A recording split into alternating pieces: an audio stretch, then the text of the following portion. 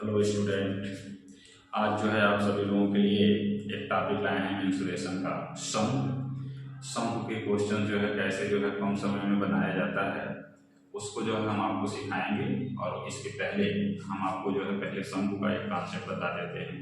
उस शंकु में क्या क्या चीज़ें आपको जानना चाहिए और जिसकी मदद से हम लोग बड़े बड़े क्वेश्चन को सॉर्ट आउट करके जो है छोटा करेंगे और कम समय में बनाने का प्रयास करेंगे। अगर हमारा वीडियो आप लोगों को पसंद आएगा तो उसे लाइक करेंगे, शेयर करेंगे और उस पर कमेंट करेंगे। कोई भी क्वेश्चन अगर ऐसा मिल जाता है आपको कि हाँ जो है डिफिकल्ट है, उसको जो है आप कमेंट में लिख दीजिए, उसका सलूशन हम वीडियो में अगली वीडियो में बना करके दे देंगे। आइए हम समझते हैं कि शंकु क्या होता है।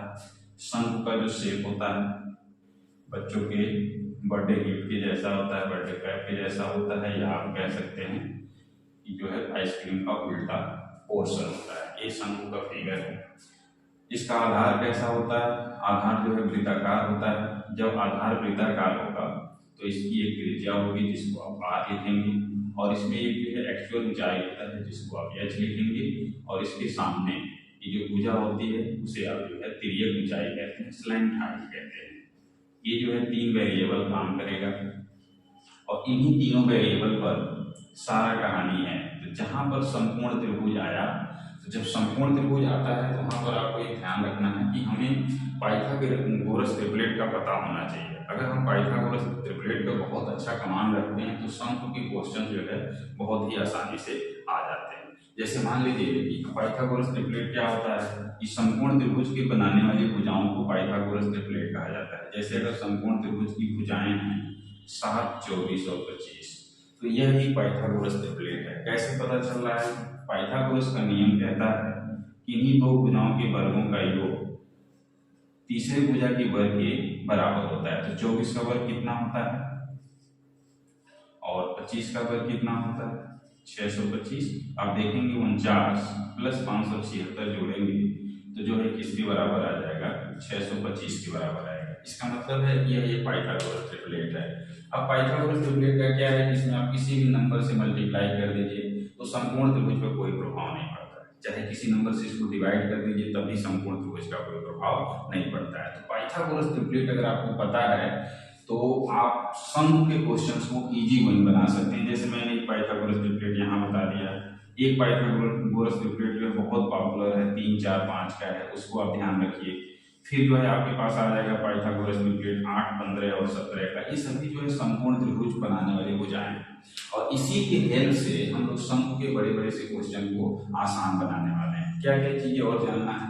जैसे शंकु का अगर आपसे कोई पूछता है कि शंकु का आयतन बता दीजिए, तो शंकु का आयतन, और शंकु का आयतन होता है 1/3 पाई आर स्क्वायर इंटू एच। इसको ऐसे लिखा जाता है कि 1/3 आधार का क्षेत्रफल गुणे ऊंचाई, आधार का क्षेत्रफल गुणे ऊंचाई। दूसरा क्या चीज आपको बताया जाता है कि शंकु का बहुपृष्ठ बताइए, और शंकु का बहुपृष्ठ क्या होता है? तो शंकु का बहुपृष्ठ होता है पाई आर एल। एल क्या है? तिर्यक ऊंचाई है, आर क्या है? त्रिज्या है। तीसरा चीज क्या है कि आपसे पूछा जाएगा संपूर्ण पृष्ठ। संपूर्ण पृष्ठ का क्षेत्रफल आपसे पूछा जाता है, तो संपूर्ण पृष्ठ का मान होता है बहुपृष्ठ प्लस आधार का क्षेत्रफल, तो pi R L plus pi R square. इसको अगर और जो है छोटा किया जाए तो pi R L plus R. और क्या जानना है आपको? आयतन है तो इसका जो है यूनिट ध्यान देंगे। इसका यूनिट जो होता है वो घन इकाई होता है। मतलब मीटर में अगर है तो मीटर का घन आएगा, सेंटीमीटर में है तो सेंटीमीटर का घन आएगा। बहुपृष्ठ क्या होता है? तो इसको आप कहते हैं वर्ग इकाई। बहुपृष्ठ को आप कहते हैं वर्ग इकाई। संपूर्ण पृष्ठ क्या होता है? यूनिट क्षेत्रफल है, इसका जो है यूनिट होता है वर्ग इकाई। ये जो है मुख्य बात है आपको जानना है। और क्या जानना है? एच, आर और एल में रिलेशन, जिसे हम पाइथागोरस ट्रिपलेट कहते हैं। एल स्क्वायर की value H square plus R square के बराबर होता है। ये सारी बातें आपको जानना है। इसके बिना शंकु का जो चैप्टर है संभव नहीं है, इसलिए हम पहला क्वेश्चन उठाए हैं तो आपको पहले बेसिक आंसर बता दिए कि ये सारी बातें आपको पता होनी चाहिए। आइए अब हम देखते हैं हमारा सवाल है। पहला नंबर सवाल बोर्ड पर हमने लिख रखा है जो एनटीपीसी के 2022 के एग्जाम में आया था, और इस क्वेश्चन को आप देखिए, पढ़िए आधार की त्रिज्या है 70 सेंटीमीटर और लंबवत ऊंचाई है 240 सेंटीमीटर वाले एक लंबवृत्तीय शंकु का संपूर्ण पृष्ठीय क्षेत्रफल क्या है। तो संपूर्ण पृष्ठीय क्षेत्रफल निकालना है और संपूर्ण पृष्ठीय क्षेत्रफल में क्या क्या चीजें आपको आवश्यकता पड़ेगा। तो संपूर्ण पृष्ठ का क्षेत्रफल वो टोटल सरफेस एरिया कहते हैं। संपूर्ण पृष्ठ का क्षेत्रफल होता है पाई आर कॉमन हो गया और एल प्लस आर, ये होता है संपूर्ण पृष्ठ का क्षेत्रफल। इसमें एल की आवश्यकता है, आर की आवश्यकता है। क्या क्या गिवन है, त्रिज्या गिवन है, कहा गया है कि त्रिज्या जो है 70 सेंटीमीटर है और ऊंचाई का मान दिया गया है 240 सेंटीमीटर है। हमने आपको अभी बताया कि हमको एक ट्रिपलेट अगर पता है तो एल का मान भी आसानी से हम निकाल सकते हैं। 7 24 25 का ट्रिपलेट, अब देखिए 7 24 आपको दिखाई दे रहा है, इसमें 10 का गुणा किया गया, सभी के साथ एक जीरो चिपका दीजिए, तुरंत आपको पता चल गया कि एल का मान 250 आने वाला है। यहाँ पर आपका समय बच गया। अब आपको 70 का वर्ग नहीं करना है, 24 का वर्ग नहीं करना है, फिर जो नंबर आएगा उसे जोड़ करके उसका वर्गमूल नहीं करना है, डायरेक्ट आपको बताना है एल का मान कितना आ गया 250। आपका समय बचा और यहाँ पर मान रख दिया जाए। पाई का मान सबको पता है 22/7 होता है, आर का मान जो है 70 हो गया, एल का मान आपके पास कितना निकल के आया है 250, आर का मान कितना है 70।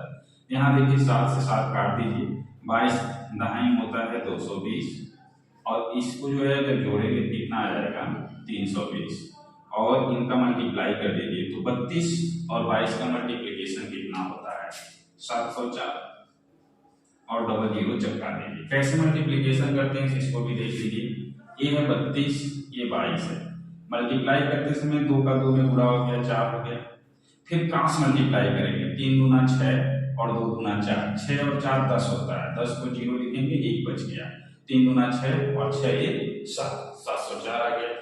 और ये है टोटल सरफेस एरिया, सेंटीमीटर में दिया है, जिसका आंसर हो जाएगा सेंटीमीटर स्क्वायर। बताइए क्या ये सवाल गलत लग रहा है? क्या आपको सवाल लग रहा है कि ज्यादा टाइम वाला है? बिल्कुल नहीं है। ये सवाल अगर सारी बातें आपको पता है तो 10 सेकंड से कम का समय लगेगा इस सवाल को सॉल्व।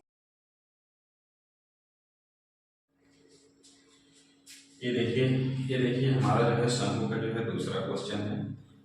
किसी लंबवृत्तीय शंकु की त्रिज्या ऊंचाई 13 सेंटीमीटर है और इसके आधार का क्षेत्रफल 144 सेंटीमीटर स्क्वायर है, तो शंकु का आयतन बताइए। अब बताइए आधार का क्षेत्रफल 144 सेंटीमीटर स्क्वायर है। इसमें दोस्तों एक जो मिस्टेक है हमारा, यहाँ पाई है, पाई छूट गया है, सेंटीमीटर स्क्वायर है तो 144 पाई है। तो आधार कैसा होता है? वृत्ताकार होता है। तो आप कहेंगे अगर आधार वृत्ताकार है तो पाई आर स्क्वायर की वैल्यू 144 पाई दिया हुआ है, तो पाई से पाई कट जाएगा, आर की वैल्यू कितना आ जाएगा 12 सेंटीमीटर। हम कहें ट्रिपलेट आपको मिलेगा 12 13 का अगर ट्रिपलेट है तो इसके साथ कौन सा नंबर रहता है? तो आप कहेंगे 5 रहता है, 12 13 और 5 का ट्रिपलेट होता है। अब आपको पता चल गया कि 12 त्रिज्या हो गया, ऊंचाई का 5 हो गया और आयतन की वैल्यू क्या होता है? आयतन होता है 1/3 पाई आर स्क्वायर 2h, 1/3 पाई और आर स्क्वायर की वैल्यू आपको दिया गया है 144 हो गया और एच की वैल्यू आपने 5 निकाला है और 3/24 5 चौका 20।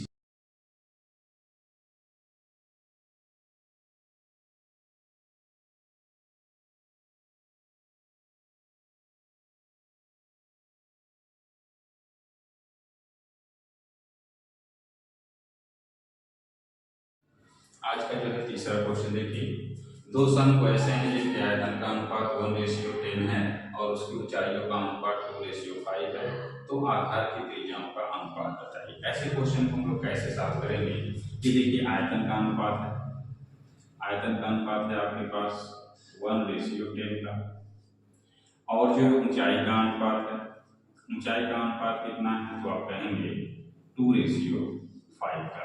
हमको त्रिज्या के स्क्वायर का अनुपात मिलेगा, क्यों? क्योंकि जो आयतन होता है, आयतन जो होता है वो 1/3 पाई आर स्क्वायर इंटू एच होता है। ये तो वैल्यू कांस्टेंट है, तो आप कह सकते हैं कि आयतन जो होगा वो अनुक्रमानुपाती होता है आर स्क्वायर इंटू एच का। तो हमें एच आयतन मालूम है और एच मालूम है, तो हम क्या करेंगे एच से भाग दे देंगे और जो है ये अनुक्रमानुपाती होता है किसके? आर स्क्वायर के। ये बात आपको पता होना चाहिए। अब देखिए, अब इसको आप भाग दे दीजिए, आयतन को जैसे भाग दे दीजिए इनका अनुपात निकल जाएगा। यहाँ पे 10 को 5 से भाग दे दीजिए, वैल्यू किसके बराबर आ गया 1/2 और ये 2 हो गया। आपको पता है रेशियो को, तो 2 से गुणा कर दीजिए, रेशियो तो सीधा हो जाएगा, कितना आ जाएगा 1 और 4। ये वैल्यू आपके पास r² का अनुपात मिला, किसका मिला r² का अनुपात मिला। तो हमको त्रिज्या की वैल्यू चाहिए तो वर्गमूल कर लीजिए, तो कितना आ गया 2, 1:2। देखिए ये क्वेश्चन चुटकियों में सॉल्व हो गया, बस आपको प्रोसेस फॉलो करना है और क्वेश्चन को समझने के लिए बार बार रिपीट करते रहिए, देखते रहिए, समझ में आ जाएगा। ये जो है आज का चौथा क्वेश्चन है, शंकु x का वक्रपृष्ठ शंकु y के वक्रपृष्ठ की 5 गुना है और शंकु y की तिर्यक ऊंचाई शंकु x की तिर्यक ऊंचाई का 5 गुना है। तो शंकु x और शंकु y के आधार के क्षेत्रफल का अनुपात क्या होगा। तो देखिए क्या है 5 गुना है, शंकु x का वक्रपृष्ठ, वक्रपृष्ठ को आप c कहते हैं, कर्व सरफेस एरिया। शंकु x का वक्रपृष्ठ शंकु y के वक्रपृष्ठ का 5 गुना है। अगर शंकु y का वक्रपृष्ठ 1 है तो शंकु x का वक्रपृष्ठ कितना हो जाएगा 5 हो जाएगा, 1 का 5 गुना 5 के बराबर हो जाएगा। दूसरा क्या है, शंकु y की तिर्यक ऊंचाई शंकु x की तिर्यक ऊंचाई का 5 गुना है, तो ये है तिर्यक ऊंचाई। और शंकु x की तिर्यक ऊंचाई अगर 1 है तो शंकु y की जो है तिर्यक ऊंचाई उसका 5 गुना है। तो ये जो है जो क्वेश्चन दिया हुआ था उसको हमने रेशियो में कन्वर्ट कर लिया कि कर्व सरफेस एरिया का अनुपात 5:1 है और तिर्यक ऊंचाई का अनुपात 1:5 है। क्या पूछा गया है, शंकु x और शंकु y के आधार के क्षेत्रफल का अनुपात बताइए। तो जो कर्व सरफेस एरिया होता है वो कर्व सरफेस एरिया किसके बराबर होता है, तो आप कहेंगे पाई r। तो अब देख रहे हैं पाई कांस्टेंट है, तो इसको आप कह सकते हैं कि कर्व सरफेस एरिया r और l के बराबर होता है। कर्व सरफेस एरिया आपको मालूम है, l मालूम है, इसका मतलब कि जो है c/l आपको निकालना है। ये बात आपको पता होना चाहिए कि r का मतलब c/l। अब क्या होगा कि c/l निकाल दिया जाए तो r की वैल्यू आ जाए, तो 5 को 1 से भाग दे दिया जाए, रेशियो 1 को 5 से भाग दे दिया जाए, रेशियो को जो है बना लीजिए, तो 5 से गुणा कर दीजिए, ये 25 हो जाएगा और ये 1 हो जाएगा। तो अभी ये r आ रहा, तो क्षेत्रफल कैसे निकलेगा, तो r² निकाल दीजिए, r² की वैल्यू कितना आ जाएगा 625:1। ये इस क्वेश्चन का आंसर होगा। क्यों, क्योंकि जो क्षेत्रफल होता है आधार का क्षेत्रफल, तो आप देखेंगे पाई r² होता है, तो आप पहला है ये दूसरा है, तो यहाँ से ये पाई से पाई कट जाता है, तो आधार के क्षेत्रफल का अनुपात निकालते समय पाई का कोई रोल नहीं है। ये क्वेश्चन भी देखिए 10 सेकंड के अंदर सॉल्व हो गया। ठीक है जो है ये जो है आज का जो है 5वां क्वेश्चन है शंकु का। आप देखिएगा ये सभी जो क्वेश्चन वेरिएबल में है, कहीं भी अंत नहीं है।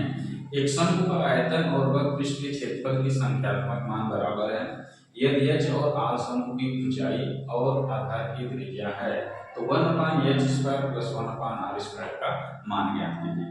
तो अब संख्यात्मक मान बराबर होने का मतलब क्या है, शंकु का आयतन होता है 1/3 πr² और शंकु का जो वक्रपृष्ठ होता है उसकी वैल्यू होता है πr। संख्यात्मक मान का मतलब होता है कि ये संख्यात्मक मान है, ये आपस में बराबर है। यहाँ से देखिए क्या क्या कैंसिल हो रहा है, तो आप कहेंगे पाई से पाई कैंसिल हो गया, एक r से एक r कैंसिल हो गया।